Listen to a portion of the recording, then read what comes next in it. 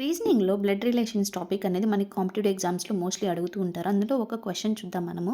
So, already basic level అనేది blood రిలేషన్స్‌లో easy topics అనేవి ప్రీవియస్‌గా అప్‌లోడ్ చేశాను. సో, ఈరోజు నెక్స్ట్ లెవెల్ చూద్దాము.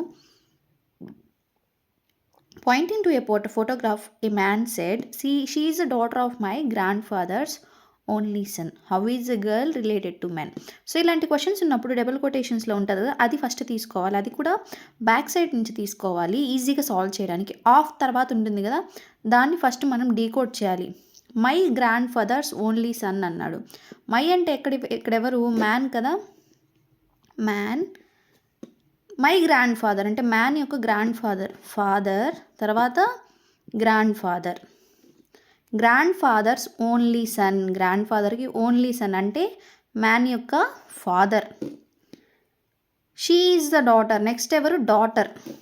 My grandfather's only son. So, తన యొక్క డాటర్. అయితే how is a girl related to man? Daughter ఎవరు ఇక్కడ? గర్ల్ కదా! సో, అప్పుడు గర్ల్ మ్యాన్కి ఏమవుతుంది? సిస్టర్.